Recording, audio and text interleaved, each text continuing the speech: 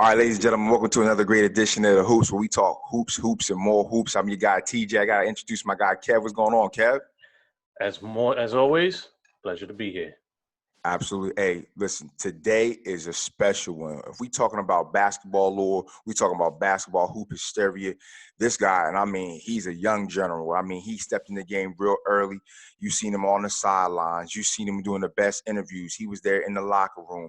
Got a great kickoff start in the Philadelphia area at Temple University, doing his thing, and stepped on the scene going down Broad Street, getting more great interviews and being a part of that story franchise in the Sixers, and being a journalist, being part of some of the great publications in NBA history and sports basketball history, man. And I'm telling you, he's really a low-key icon. People don't even know this yet, but our esteemed guest today is Mr. Anthony Gilbert. Anthony Gilbert, AG, thank you for coming to the show today, sir. We appreciate you, baby. Hey, brothers, thank you, first of all. I appreciate that, man. Sometimes you're just in it. You're in the grind, so sometimes you don't stop to smell the flowers. But TJ, man, I appreciate that intro, and gentlemen, thank you for having me on. Most definitely, AG. So we're gonna get right to it, man. When did you most importantly fall in love with sports? And then was there anybody who inspired you, maybe a family member or a close friend? Yeah, so shout out to my older brother. He got me into football, into American football. So this is back when, the Steelers were coming off of their Super Bowl run in the, late 70s, early 80s. And I was a kid, like a toddler, just trying to chase after my older brother.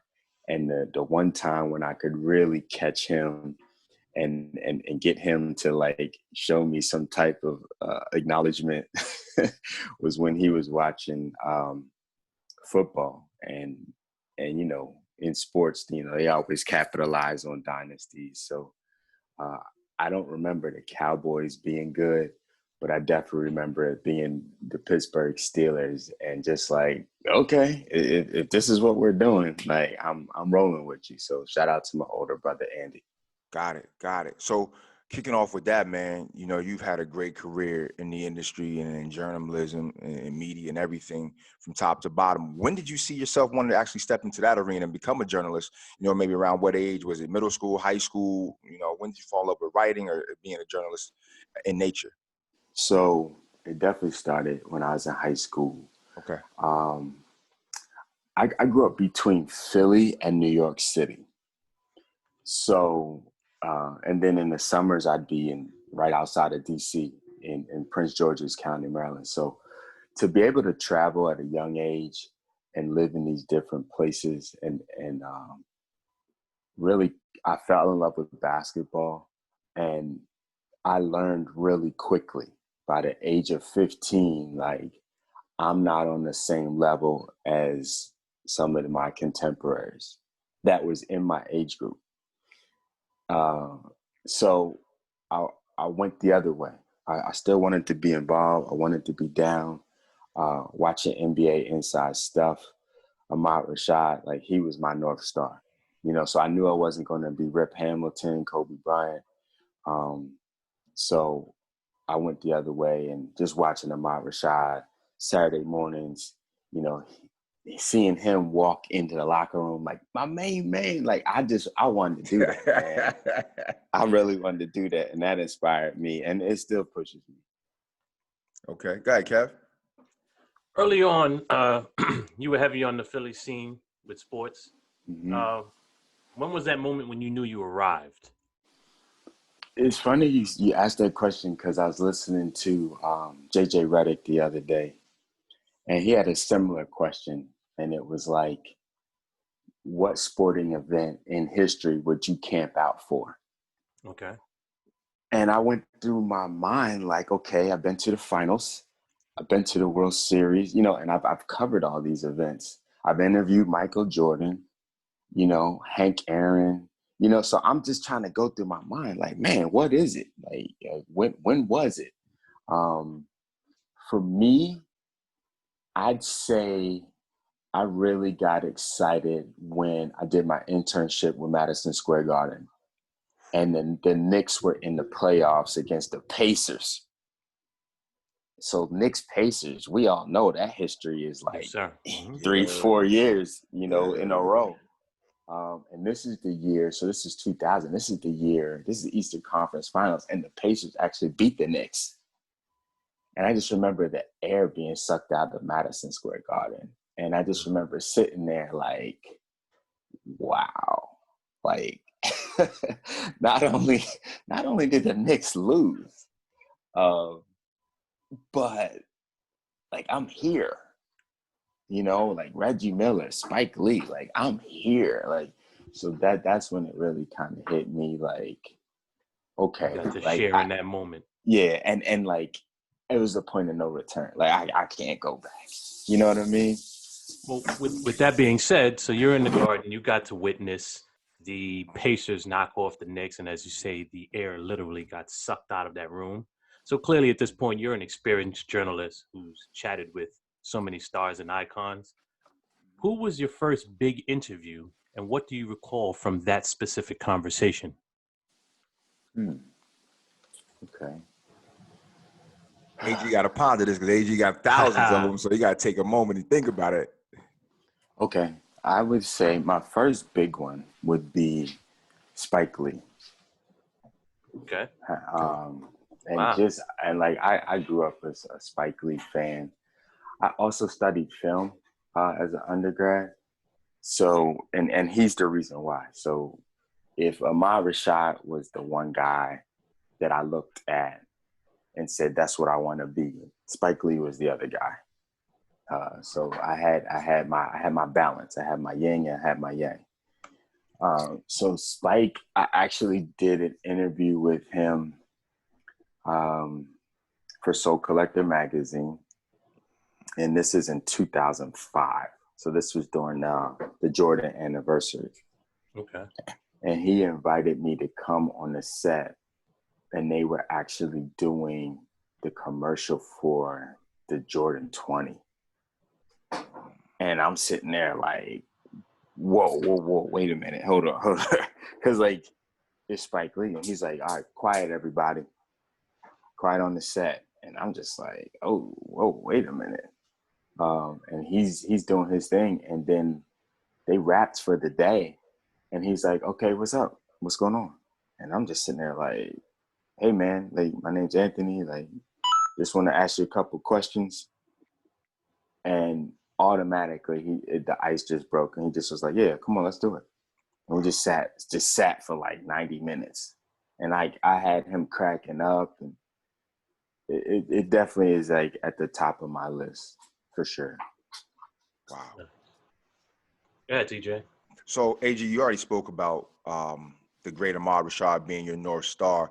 And I wanted to ask you, who is that barometer? Who is that measuring stick for you? But outside of Ahmad, was there anybody else that you looked to and looked up to as you ascended throughout your career in sports journalism and media? So when I was a student at Temple, I worked for several different teams. I worked for women's volleyball, I worked for football, and I did men's and women's basketball. And there was a woman that used to cover the Atlantic 10 basketball games. This is when Temple was in the Atlantic 10 conference. And her name was Doris Burke. Oh, DB. Shout out DB. Super chill, super knowledgeable, and very professional, and always like happy to help and answer questions. So she was one of the first people that really kind of helped me understand what was going on. And then the other person would be Scoop Jackson. It's a legend in the game. Wow, you got legends right there, AG. That's a Hall of Fame in DB, bro. I didn't even know that about you. Impressive. Yeah. So yeah, Doris Burke, man, she was super cool, and like she was finding her way. I mean, she was doing Atlantic 10 network, but she was really good, and she was helpful. I'd ask questions, and she'd be like, "Yeah, sure, no problem." She'd be like, "Oh yeah, you go to Temple, right?" You know what I mean? Because like it would be conference tournament, Atlantic 10 conference, or if Temple had a big game, Temple UMass or something like that. And it's just crazy. Like when I run into her now, she's like, "Hey, kid, what's up?" Wow. I'm like, hey, Doris, what's going on? Hey, what's going on, DB? Like it's just, it's kind of surreal. And then Scoop, I actually texted him last night, and he texted me back late, because Chicago is 2 hours back from the East Coast. And so I woke up this morning with a couple messages from Scoop. So it was pretty cool. Solid. Well, you mentioned Scoop and you mentioned Doris, of course, and then with Scoop, everybody knows legendary status, and brings to mind Slam Magazine, which was a staple. Yeah. I was growing up as a basketball fan, and J. Cole summed it up perfectly on his song "I Got It." He says, "But I'm hoop dreaming, hanging up pictures of my idols. Jordan was like Jesus. Slam was like the Bible. I used to read it twice and cut the pictures out. I had the Jordan free throw dunk, tongue sticking out." You were a major part of that, providing some of the content that so many of us read and aspired to. Were you aware of the impact that you were having at the time, the impact of the magazine as well? Or is this something that you now look back at and realize what was going on at that particular time? Actually, yeah, I did. I knew the full magnitude, because I remember Slam coming out in '94 and just being like, what is this? Like, I grew up on Sports Illustrated. Yeah. So Slam was something that I looked at and was like, well, wait a minute, this is for us. Like, not only was like Sports Illustrated is high level, long form journalism, super respected, legendary. They have the longevity. But it was for like your parents, for like your uncle or your aunt or somebody like that, right? And I used to love the pictures, but I never used to like really read it. But Slam was kind of like, okay, we're gonna take Sports Illustrated and we're gonna bring it down to like a adolescent, like teen level. So I was that kid hanging pictures up from Slam. I remember the first issue I got was the AI issue, Georgetown. Shout out to the Hoyas. And I would just remember thinking to myself, like, man. And it's weird. I got the AI issue. The Larry Johnson issue was the first issue, but I got that one like later on. It's kind of weird. I don't know. Like, I just kind of like lucked up one day and was like, oh, this is the first issue. So when I got the call to write for them, I was ecstatic. What happened was, a guy that I knew, we were kind of talking and we're just kind of figuring our way out in this journalism space. I had one published story on NBA.com in the year 2000. And in 2003, I'm just having a conversation with a buddy of mine. And he's like, oh, yeah, I'm writing for Slam. I'm like, what? What? And he's like, yeah. And I was like, all right, man. Well, look, can you put me in contact with somebody over there? Like, I don't want no trouble. Like, but just like, I'll do the rest. And he's like, yeah, I can't guarantee anything. I was like, that's fine. I just need, just open the door for me. And he did that. And the editor at the time was Ryan Jones. And Ryan gave me a chance. He's like, oh, okay, yeah, sure, no problem. He's like, what have you written? And I was like, well, I wrote one piece on NBA.com a couple of years back. This is my background. These are the players I know. And he was like, yeah, sure, let's do it. And that was 2003, and we've been rolling since. Nice. Hey, AG, real quick, let me see if I can get your basketball mind going. I know it's a little early, bro. But we talking about Sports Illustrated. We talking about SI. But you remember Sport back in the day too? Oh yeah, for sure. Yeah. Sport magazine, Street and Smith. Street, there we go. I used to read all those. Man. Yeah, AG know them joints. Yeah, it was funny because like my friends growing up, I used to read the sports section to them. Like, we would be headed to like the playground. Back then you go to the playground, you're there all day. Your folks tell you like, hey, come home before that street light comes on. Yeah. And I remember turning the block and like the girls be outside playing double dutch and they're like, your mom was out here looking for you. I'm like, oh, man, that meant big trouble, man. But yeah, so I remember before we would go up there, I would buy the newspaper from 7-Eleven. And I'm like, all right, y'all sit down here. Let me run the scores to y'all and this and that. And they're like, man, you always doing this. I'm like, just sit here. Let me read to y'all, tell y'all what happened. Let me read the scores. Let me read the highlights. And I would. And thank God they used to sit there and listen, because that was how I practiced. I'm like, this is what I want to do. I don't know how I'm going to do it, but this is what I want to do. Cool. So, AJ, I know you ran off a couple ones. You're talking about Grandmama, LJ's issue, and we talking about AI's issue. But throughout the history of Slam Magazine, there's been some iconic, imaginable covers. For you, what was your 2 favorite all-time covers of Slam? And I know there's so many, it's so numerous, but for you, which 2 will always stick out and be your legendary ones, if you don't mind us asking? Sure, yeah. First is Kobe, Lord of the Rings.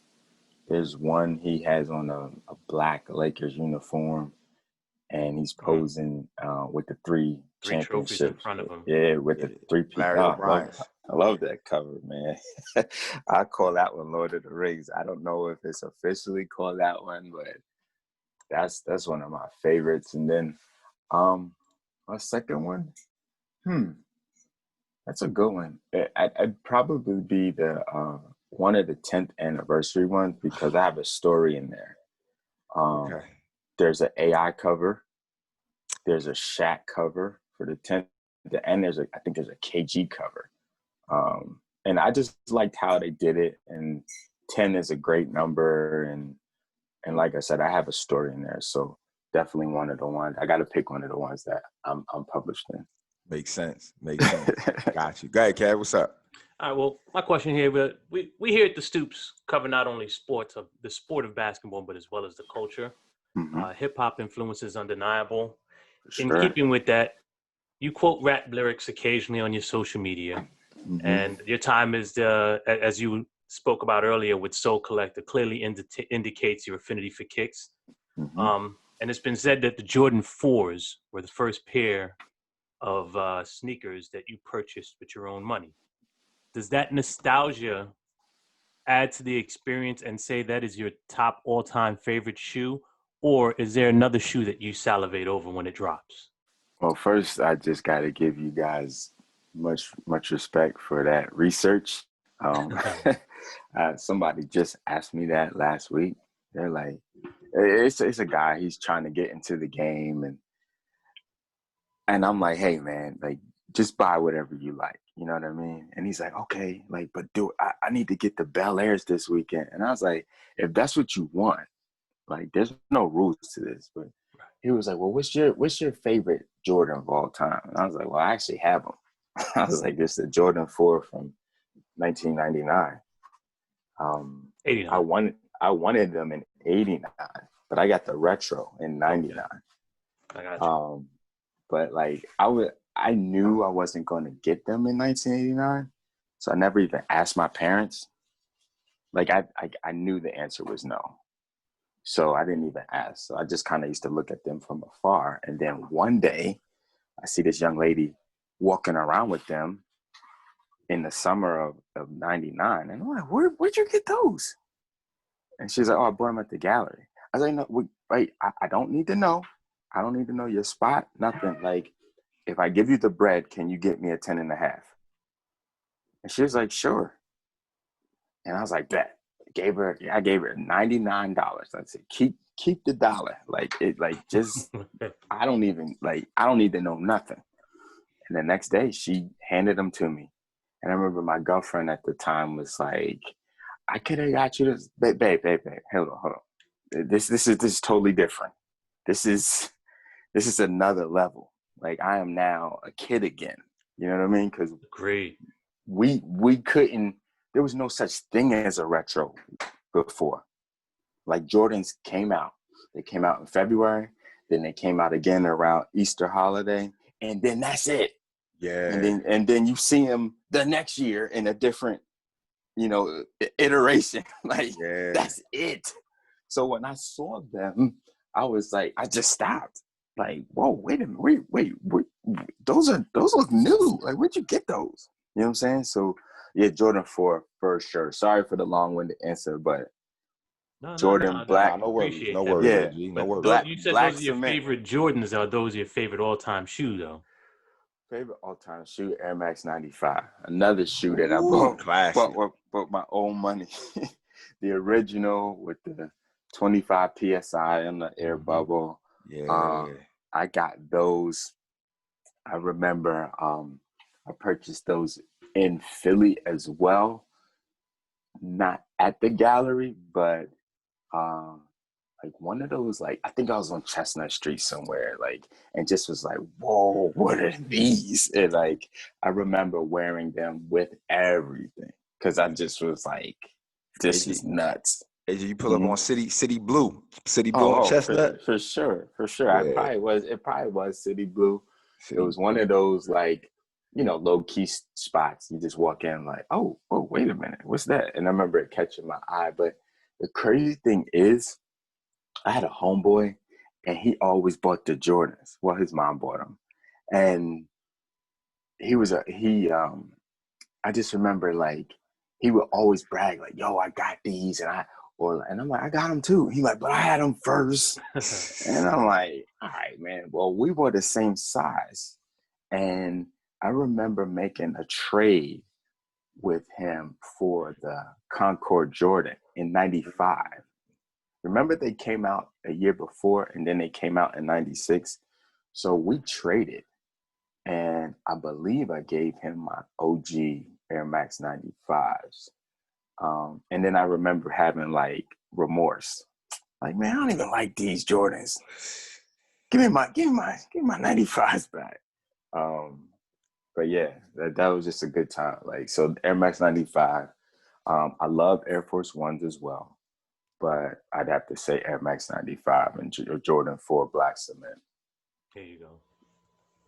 You know, AG, the term for the culture is what's the new term out here, man. When you speak about for the culture, like Kev said, you referencing rap lyrics in your articles and you just being, I mean, you was a new kid on the block and still the new kid on the block, but with a legendary career. But man, as you think about the culture and you think about what it's done for basketball and basketball with its infusion of hip hop, man, what does that do for you? What does that mean to you? When I hear for the culture, it kind of takes me back to for us, by us. You know what I mean? Like, I don't think about anything but us when I hear that. You know what I'm saying? I don't care who says it. My automatic thought is like, okay, that's a nod to us. That's a nod to like where we come from and these places where we have lived. Black culture is pop culture, and I can say that unequivocally. Like, I dare somebody to say, no, it's not. Because it is. Right. Like, even look at just during like the stay-at-home quarantine order, like what popped off? Versus, Most you know what I'm definitely. saying? Like, Definitely. D Nice did a set like for like a weekend, and like everybody was in there on Instagram Live. Like it's us, like we run it, and I'm thankful for that, and it's cool that that now we can kind of throw like a term to it.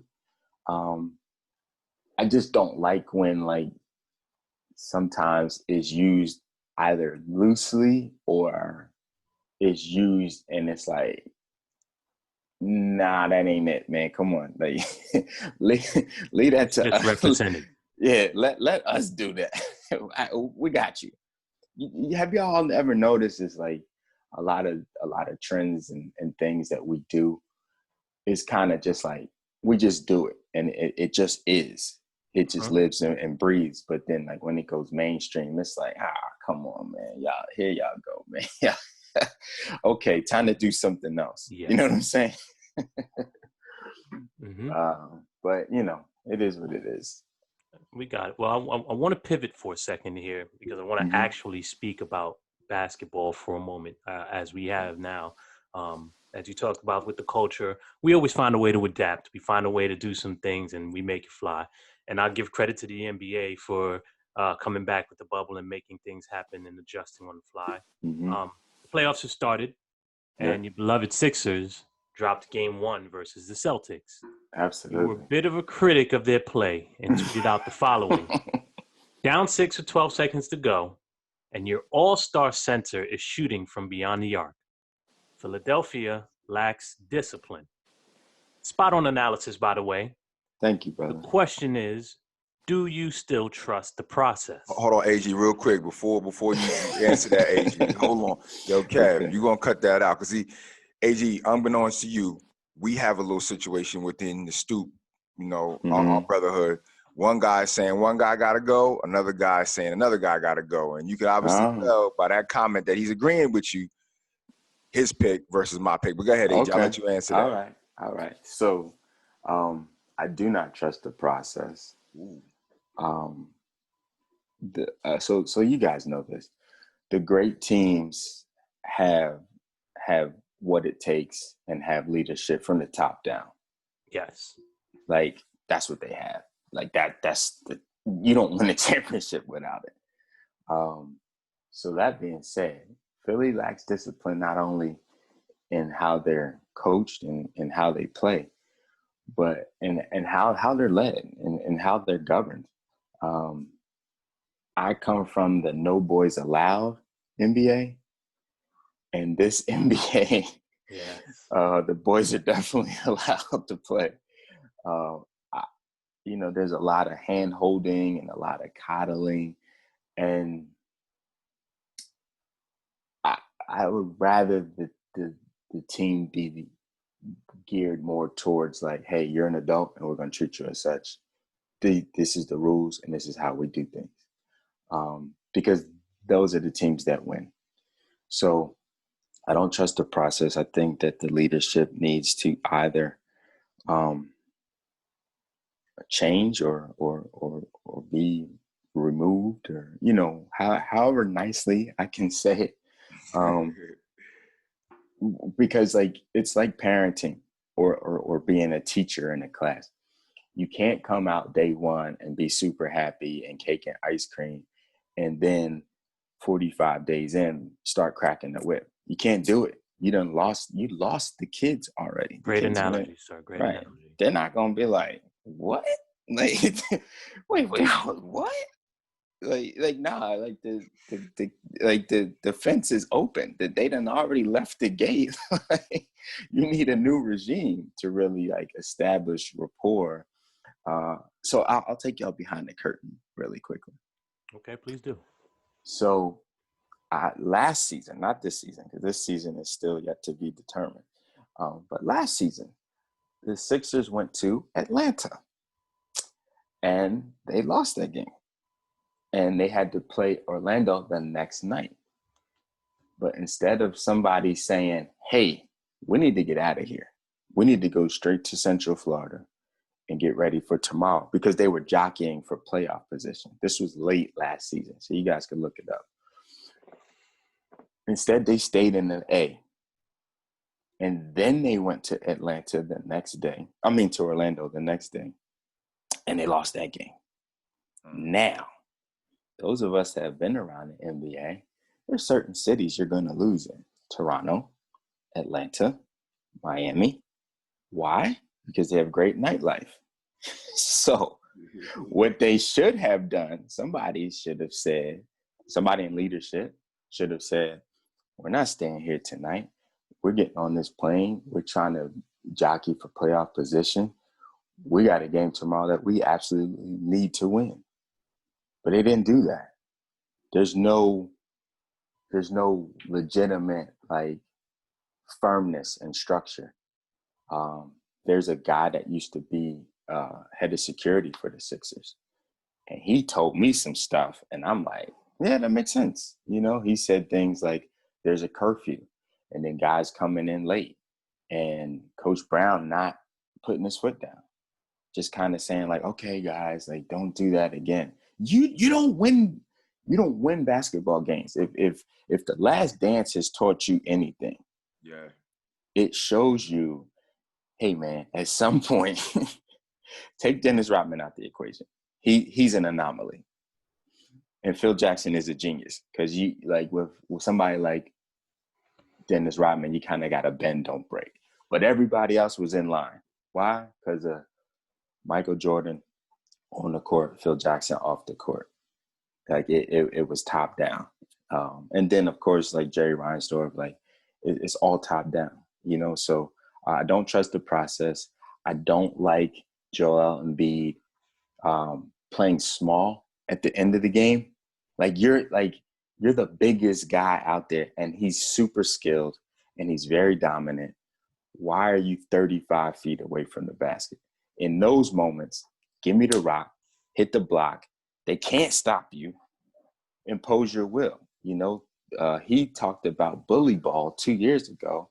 And when I go in the locker room, I ask him, I'm like, yo, where's the bully ball, man? Like, what's going on? And I don't want to be a malcontent, but I just want to know, like, I ask these guys questions because they tell us these things. Like Ben Simmons. Ben Simmons told me he wanted to be great. Great. You want to be great? Okay, so what are you doing to be great? You want to win MVP? Don't just tell me these things. Like the little boy in me still believes in this game. So like I'm trying to really understand what your mindset is, because when you say great, I think David Robinson. I think Hakeem Olajuwon. Like these are champions. These guys are great centers. I think Moses Malone. Moses Malone, God rest his soul. Like he used to be a special consultant for the Sixers. So he used to be in the locker room and at practice all the time. And this is like the Andre Iguodala era. And I used to ask him, like, Coach, like, what's going on? What's up with today's big men? And he used to say they need gunpowder. And that was his way, his old school way of saying, like, these dudes, they got Twinkie feeling, man. Like, you know what I'm saying? So, I mean, things change. So, I have to kind of take that 90s basketball hat off and just kind of understand, like, this is a different era. But at the same time, the game is the game. Got you. Well, let me ask you this really quick, TJ, before you go ahead. Go ahead. You mentioned specifically Joel Embiid and Ben Simmons, and this has been a matter of contention, as TJ alluded to a little bit ago. Who do you think has the biggest adjustment to make in order for them to be at least able to move forward from this? I think it's Ben, because he's a point guard in this system, or a point forward. And that's really like the toughest position to learn in the NBA. And it could take a few years. I think he kind of started coming into his own early on in the bubble. And he was looking really good, playing the point forward. But, you know, he has to really work on his jump shot and also trust it. Because everybody knows if you don't shoot the ball, you hurt your team. You gotta put the ball up. I don't care. Put it up. Put it up. It's either gonna go in or we got a shot at an offensive rebound. You know what I'm saying? But if you don't put it up, okay, that makes it easier for the defense. That hurts the offense. Like, so he's the one that has to really continue to turn the corner. Joel Embiid, I think he's an amazing talent. He might be like the ninth wonder of the world, but he still has to learn how to play front court basketball and know when to dominate in the post. Pick his spots better. Yep, absolutely. AG, real quick, we have some more time, and we have just two quick questions for you. Sure, yeah, take your time. Get their day rocking and rolling, and we want to thank you so much for being a part of the Stoop this morning, man. If you had to pick two athletes all time, no matter what sport, whatever lines we cross, what would be your two dream interviews all time? What would they be, man? Of all time, Muhammad Ali for sure. Wow. Like, let's sit down. Let's talk. Like, black is beautiful. Let's do it. You know what I'm saying? Okay. Muhammad Ali. And then I would say, probably give me Jackie Robinson or Willie Mays. Ooh. Yeah. Yeah. Those would definitely be iconic, and those would be, as we say, for the culture, but not even for that culture. Right now, we're going through a lot of social and racial injustice around the world, and Mm-hmm. those names that you name, like the greatest Ali, and also the groundbreaker, the barrier breaker, Jackie Robinson. Those are Mm-hmm. two late great icons in our history, and yeah, those would definitely be poignant in today's time, and Yeah. we can learn a lot from those two gentlemen, and even to say, "Hey, kid," we can learn a lot from him as well. Yeah. So I appreciate that. And last, AG, real quick, man. If AG had to pick and select, and this is always tough, man, but I just wanted to Mm-hmm. hear what you thought. Who would be those four guys on your Mount Rushmore, man? Like across sports? I was going. Well, you can go across sports, but I want Or to know what they would be for basketball. But you could do both. okay, so I'll do basketball first. That's easiest for me. I'd go Wilt, Kareem, Magic Johnson, and Michael Jordan. Mm. Okay. Yeah. Yeah. I would Kareem, Magic, and Mike. That's a yeah. great four. Yeah. I would pick those guys for sure. And that's hard because I left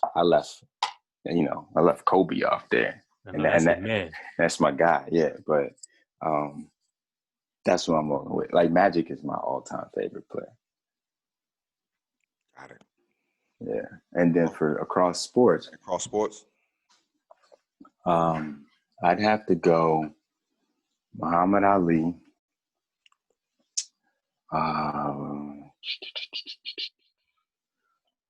Kareem, probably Jesse Owens, Ooh. and Serena. Ooh. Mm. Like that. Yeah.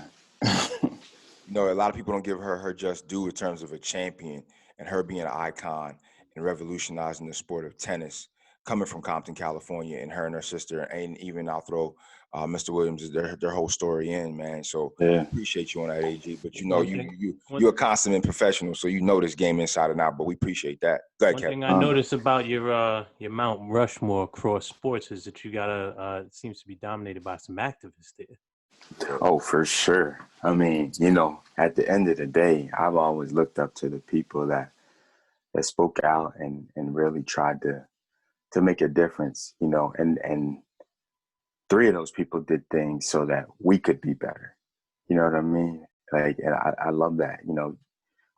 If you could throw Jim Brown in there, but I love that.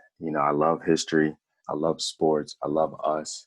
So when you can combine those elements together, you got my attention. You know what I'm saying? Like I remember meeting Hank Aaron at the World Series, and he was like, I was like, Mr. Aaron, hey, how you doing, sir? And he was like, you know me? I was like, yes, sir. I was like, you used to bat cross hands. And he was like, hey, man, okay, yeah, nice to meet you, young fella. You know the stuff. Yeah, I think he was just kind of confused. Like, whoa, wait a minute, you kind of young, man. I was like, I'm young, I read. So I had to give him his flowers, man. Absolutely. He's the man. Absolutely. Well, listen, AG. I don't even know how to say this, but I'll just be honest with you. You did not have to do this. You did not have to take your time out of your day. We're up and coming show. You being a legend in the game, and I don't say that. I say that really, you're a legend in the game. Iconic figure yourself. By no means did you have to do our show. You could have been like TJ, kick rocks, but I really want to say from the bottom of my heart, man, thank you for taking time out of your schedule, stopping by the Stoop, answering questions with me and Kev.